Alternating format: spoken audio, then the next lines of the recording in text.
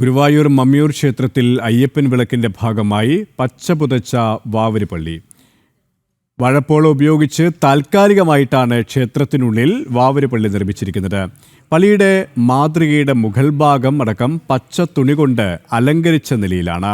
മലബാർ ദേവസ്വത്തിനെതിരെ ഭക്തരുടെ പ്രതിഷേധം ശക്തം.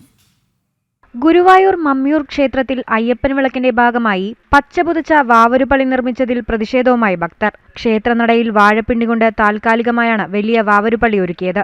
മുകൾ ഭാഗം പച്ചത്തുണി കൊണ്ട് അലങ്കരിച്ച് പള്ളിയുടേതിന് സമാനമായി ചന്ദ്രക്കലയും മിനാരവും ക്ഷേത്രത്തിൽ നിർമ്മിച്ചിരുന്നു. മലബാർ ദേവസ്വത്തിന് കീഴിലാണ് ക്ഷേത്രം സ്ഥിതി ചെയ്യുന്നത്.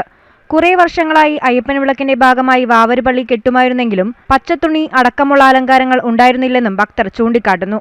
മുൻ വർഷങ്ങളിലേതുപോലെ ഇതിന് സമീപത്തായി ദേവിയുടെയും അയ്യപ്പന്റെയും താൽക്കാലിക ക്ഷേത്രങ്ങൾ നിർമ്മിച്ചിട്ടുണ്ടെങ്കിലും അതിന് യാതൊരു അലങ്കാരവുമില്ല. കൂടാതെ ഇവയുടെ വലിപ്പം വാവരുപള്ളിയേക്കാൾ ചെറുതായിരുന്നു. വാവരുപള്ളിക്ക് മാത്രം എന്തുകൊണ്ടാണ് ദേവസ്വം ബോർഡ് ഇത്രയും പരിഗണന നൽകുന്നതെന്നാണ് ഭക്തരുടെ ചോദ്യം. ജനം, തൃശൂർ.